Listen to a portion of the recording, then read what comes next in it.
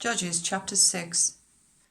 The Israelites did evil in the eyes of the Lord, and for 7 years he gave them into the hands of the Midianites. Because the power of Midian was so oppressive, the Israelites prepared shelters for themselves in the mountain clefts, caves, and strongholds.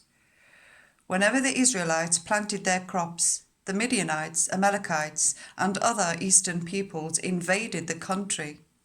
They camped on the land and ruined the crops all the way to Gaza, and did not spare a living thing for Israel, neither sheep nor cattle nor donkeys.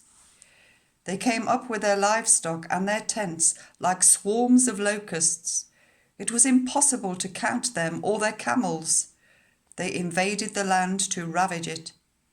Midian so impoverished the Israelites that they cried out to the Lord for help.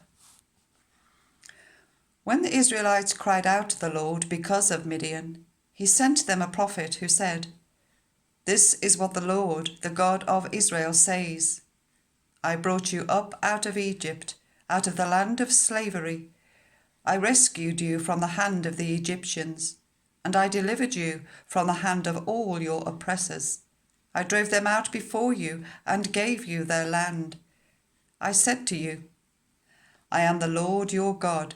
Do not worship the gods of the Amorites in whose land you live. But you have not listened to me. The angel of the Lord came and sat down under the oak in Ophrah that belonged to Joash the Abiezrite, where his son Gideon was threshing wheat in a winepress to keep it from the Midianites. When the angel of the Lord appeared to Gideon, he said, "The Lord is with you, mighty warrior." "Pardon me, my lord," Gideon replied, "but if the Lord is with us, why has all this happened to us?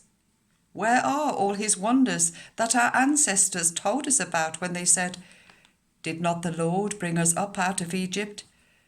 But now the Lord has abandoned us and given us into the hand of Midian." The Lord turned to him and said, "Go in the strength you have and save Israel out of Midian's hand. Am I not sending you?" "Pardon me, my lord," Gideon replied, "but how can I save Israel? My clan is the weakest in Manasseh, and I am the least in my family." The Lord answered, "I will be with you, and you will strike down all the Midianites together." Gideon replied, "If now I have found favor in your eyes, give me a sign that it is really you talking to me. Please do not go away until I come back and bring my offering and set it before you." And the Lord said, "I will wait until you return." Gideon went in, prepared a young goat, and from an ephah of flour he made bread without yeast. Putting the meat in a basket and its broth in a pot, he brought them out and offered them to him under the oak. The angel of God said to him, "Take the meat and the unleavened bread, place them on this rock, and pour out the broth." And Gideon did so. With the tip of the staff that was in his hand, the angel of the Lord touched the meat and the unleavened bread.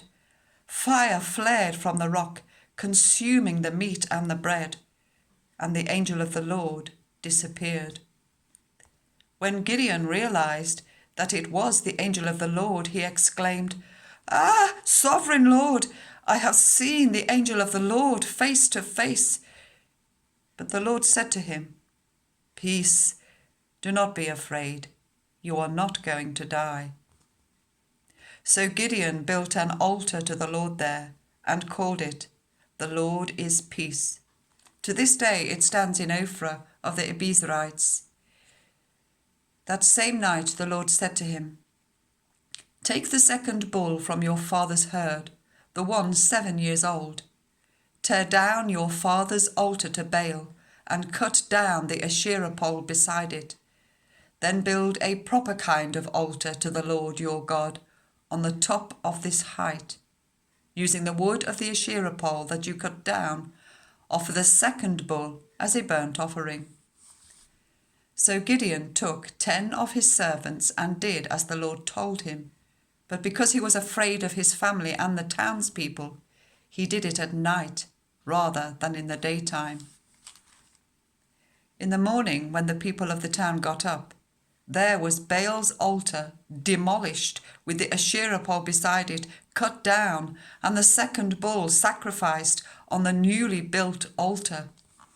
They asked each other, "Who did this?" When they carefully investigated, they were told, "Gideon, son of Joash, did it." The people of the town demanded of Joash, "Bring out your son, he must die, because he has broken down Baal's altar and cut down the Asherah pole beside it." But Joash replied to the hostile crowd around him, "Are you going to plead Baal's cause?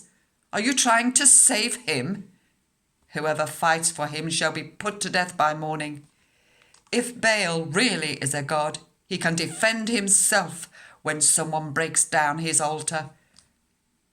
So that day they gave Gideon the name Jerubbaal, saying, "Let Baal contend with him," because he broke down Baal's altar. Now all the Midianites, Amalekites, and other eastern peoples joined forces and crossed over the Jordan and camped in the valley of Jezreel. Then the Spirit of the Lord came on Gideon, and he blew a trumpet, summoning the Abiezrites to follow him. He sent messengers throughout Manasseh, calling them to arms, and also to Asher, Zebulun, and Naphtali, so that they too went up to meet them. Gideon said to God, "If you will save Israel by my hand, as you have promised, look, I will place a wool fleece on the threshing floor.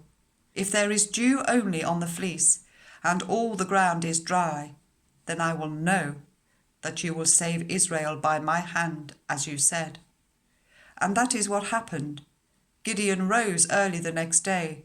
He squeezed the fleece and wrung out the dew, a bowlful of water. Then Gideon said to God, "Do not be angry with me. Let me make just one more request. Allow me one more test with the fleece, but this time make the fleece dry and let the ground be covered with dew." That night God did so. Only the fleece was dry. All the ground was covered with dew.